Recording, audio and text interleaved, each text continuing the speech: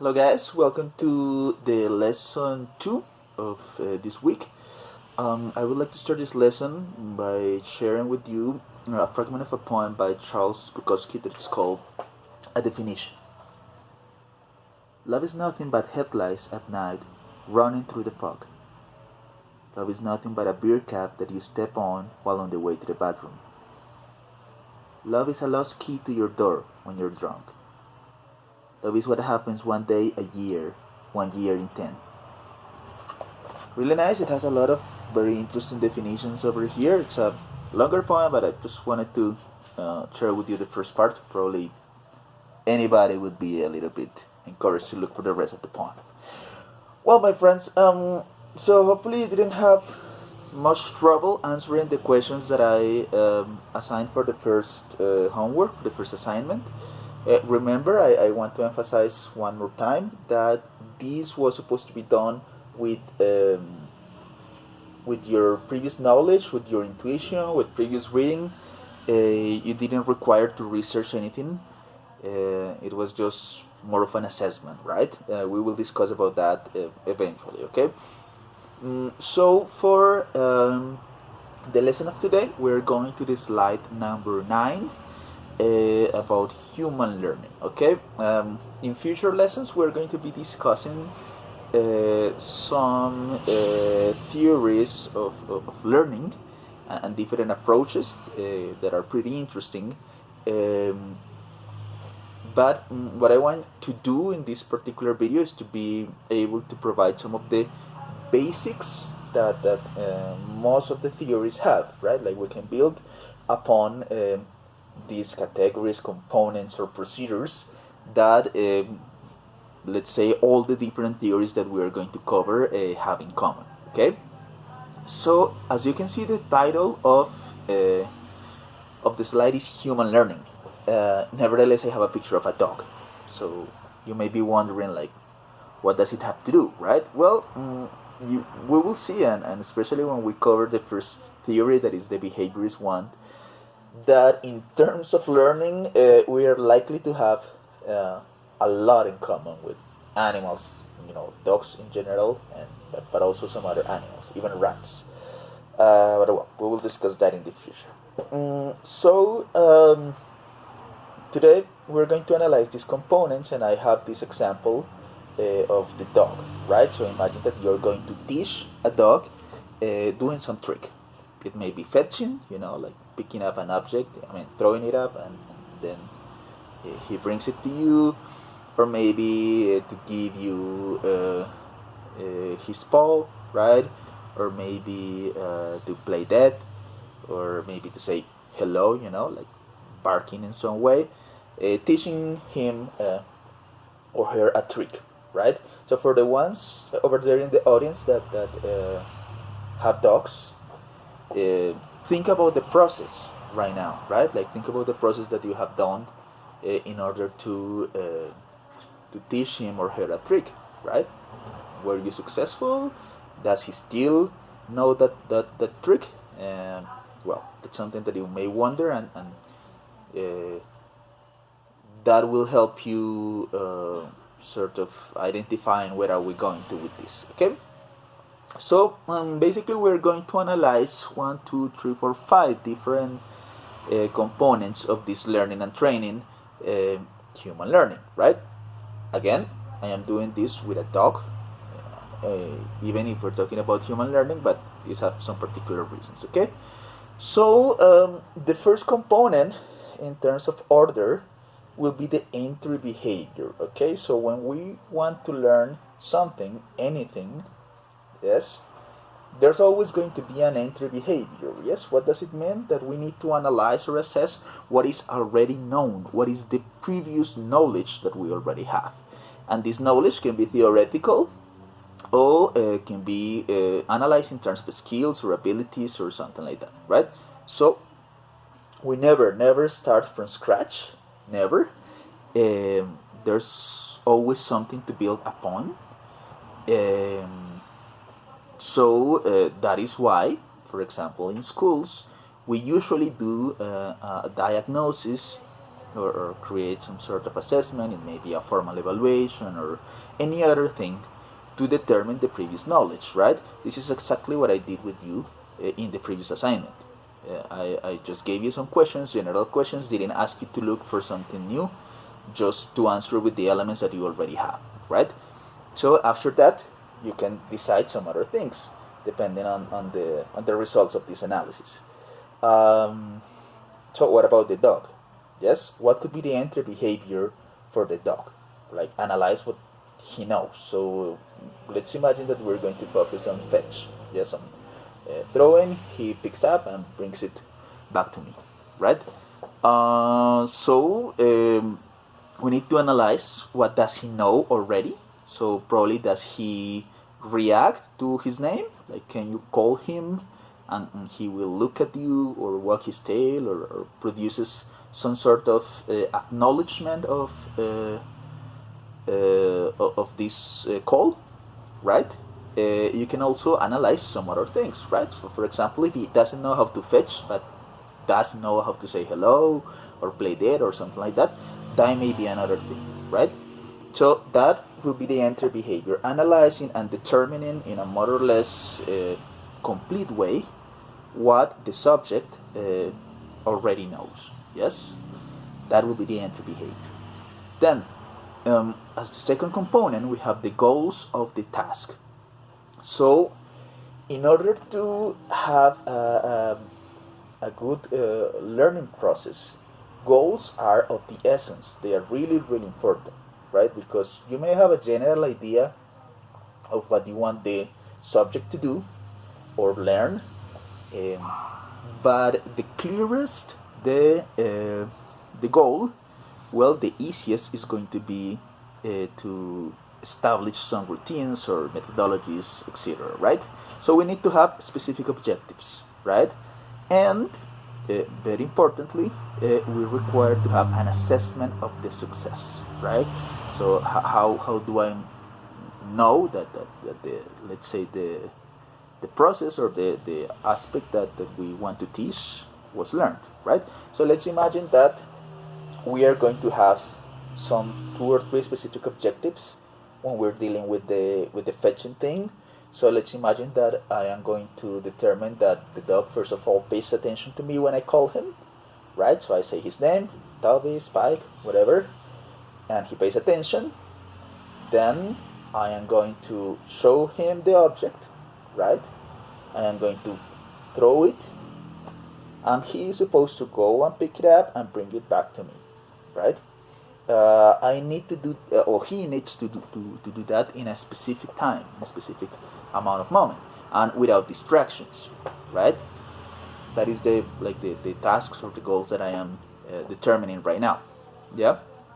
And that's it. If he does that, let's say that immediately in 20 seconds or so, so I am going to determine that he learned to do that successfully. Okay, so it's very important, that second part, to establish specific objectives, so we know that the learning was successful or not. Okay. As a number 3, we have the method of training. Yes, so based on the entry behavior and goals, what to do. It's very important that that the methods of training are coherent with what we already have. Yes, so it must have some sort of connection between the entry behavior, that is what the dog already knows, and the goals, like the fetching part, right? So what can I do? Well, think about it, guys. There are a lot of different ways to train a dog, right? So you can give him some sort of reward, for example. So if he does something correctly, some parts of the process, he can you can reward him with some food, with some thread, for example, right? So let's imagine that you are going to feed him a little cookie with some thread. If he looks at you when you call him, that will be fine. Let's imagine that during the process, at the beginning, he goes over there at the object and he snips it, but that's it. Anyway, you're going to sort of give him a threat, maybe. And let's imagine that if he doesn't follow the instructions, so you're not going to give him any sort of threat. That may be an approach, right? Some other people may decide in a very inhumane way, like to punish him, maybe to menace him with a rolled newspaper and hit the ground, maybe, or something like that. That's a little violent, right? But I know that many people does that.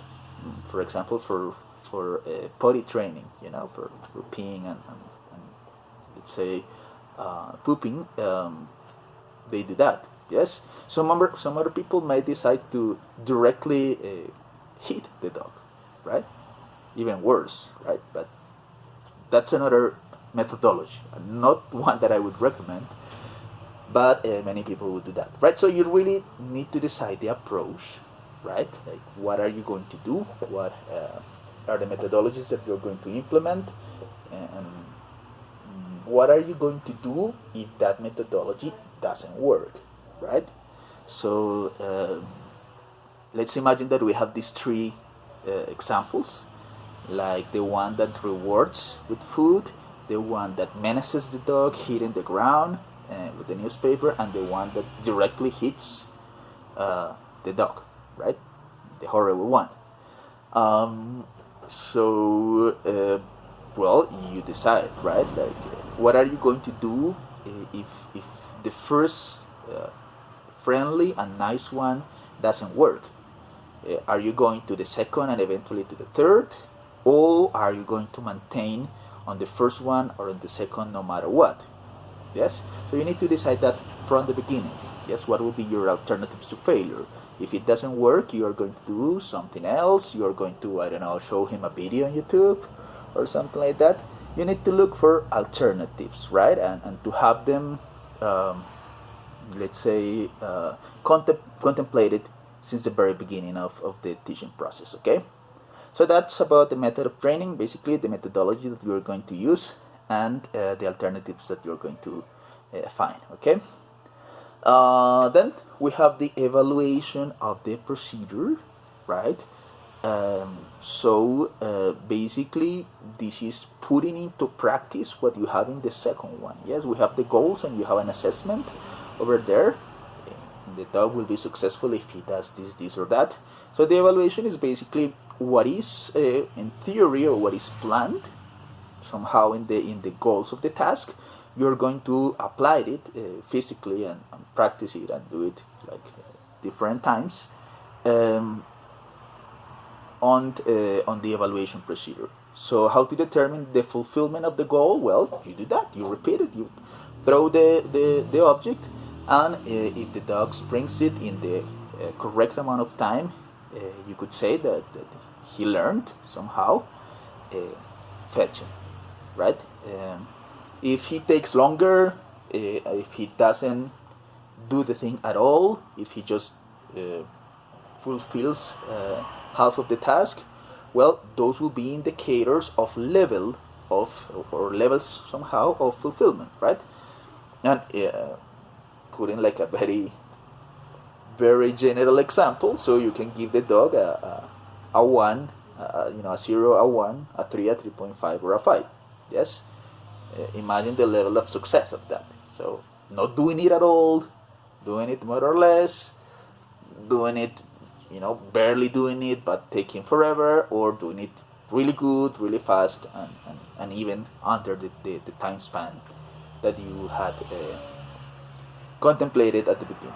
Okay, so that will be the evaluation of the procedure. Remember, it's just basically implementing the second part, the goals of the task, and determining the level of success. Okay, finally, probably the most difficult part of learning is maintain. Okay, long-term and repeatable learning, right? Probably you, and that happens a lot, and I know that this is relatable for you when you study a lot for a test or something like that, and you do well, regular, bad, whatever, but then next day or 2 days after or a week after or a semester after, you don't remember nothing at all. remember just a little or something like that. So that learning was really partial, right? What can be determined as a complete success for learning is the possibility of long-term um, repetition, right? So what can you do with the dog? Do the same exercise for a week, for 2 weeks, with different objects. Not only with the first one that is the one that you train, because probably you can, throw him a rubber dog and he will pick it up and bring it to you every time. But then if you change the object, he wouldn't do it anymore. So you need to do this sort of repetition under different circumstances, maybe in different places of the house, maybe outside in the park. Well, sort of give this as many angles as possible, so you can definitely verify that it was understood, interiorized, internalized, and executed. Okay, so that was my example with the dog, right? Hopefully it was clear, and each part of the human learning components were successfully understood, right? So guys, we are going then to have this second assignment. Okay, so if you go to the slide number 10, we are going to have 4 different things that we may teach, not anymore to a dog, to an animal, but to a person, to a human being, right? So let's take a look at the activity, and then we will explain certain things that are additional. It says establish the learning and training components for the following activities. First of all, teaching a kid how to sharpen a pencil. So imagine that you are going to teach a very young boy or girl to sharpen his pencil, right? So you need to establish the learning and training components. So for that process of sharpening the pencil, you need to determine the entry behavior, the goals of the task, the method of training, the evaluation procedure, and how to determine if the kid was able to maintain the ability, yes or no. Okay, like how would you determine that? Same for the second case, that is teaching a teenager how to heat food in the oven. Let's imagine that this is somehow a more or less independent teen, so he is able to manage certain things that are electric or gas. Well, it depends on what you want to do. And you're going to establish the components. Same thing, the entry behavior, the goals of the task, the method of training, evaluation procedure, and maintain. Okay. Then will be the number 3, teaching the basics of past simple affirmative sentences to an 8th grader of a public school. Okay, so you're going to think about the abilities of an 8th grader, what he already knows, and exactly what do you want to teach. That in this case will be affirmative sentences, right? And creating these components: entry behavior, goals of the task, method of training, evaluation procedure, and maintain. Specifically in this one, please do not get confused. You don't need to create a lesson plan or something like that. You just enunciate certain things. Yes, you don't need to go into the details of writing in the answer of the question, like the structure or something like that. No, you just enunciate what do you think it might be necessary for each one, and that's it. And finally, teaching your grandma to open a Facebook account. Okay, same thing. We're required to do certain things. Your grandma may not know nothing about computers, but there must be an entry behavior. She must know something similar, like, for example, managing her cell phone, or if he doesn't even know that, maybe a typewriter. I mean, something that must be previous to that one, right? So basically, that is what we're going to do. I am going to assign only one to each one of you. So in the assignment will be the list, the instruction, of course, that I just gave you, the list of the people registered in the subject, and a number, right? So let's say Alejandra 3, right? So Alejandra would have to create the components for the number 3, that is teaching of the basics of the past simple, etc., right? So that's it. You require only to do one, not all four of them, but you will do only one, and that's it. Okay. Keep it short. Remember the exercise that I just did with the dog. I gave you like 2 or 3 sentences maximum per component, sometimes less. So keep it brief but concise and complete, right? That would be the assignment number 2 for this week. With this, hopefully we have a good introduction about the components that we require to take into account when we're going to deal with human learning.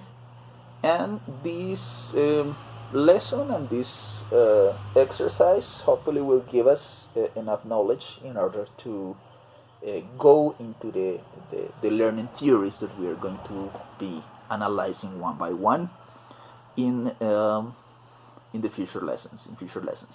That was it basically. So again, remember, if you have any question, if you will like to have some previous revision to certain things before posting the assignment, it's fine, of course. I cannot revise the whole thing and then tell you if it's okay or not, because that's the point of the assignment. But I can answer a couple of questions if you want to have a couple of opinions about your process, in case that you're not so sure about certain things. So I'm here to help you with that. Okay. So thank you very much, guys, and see you on the next lesson. Thanks. Bye.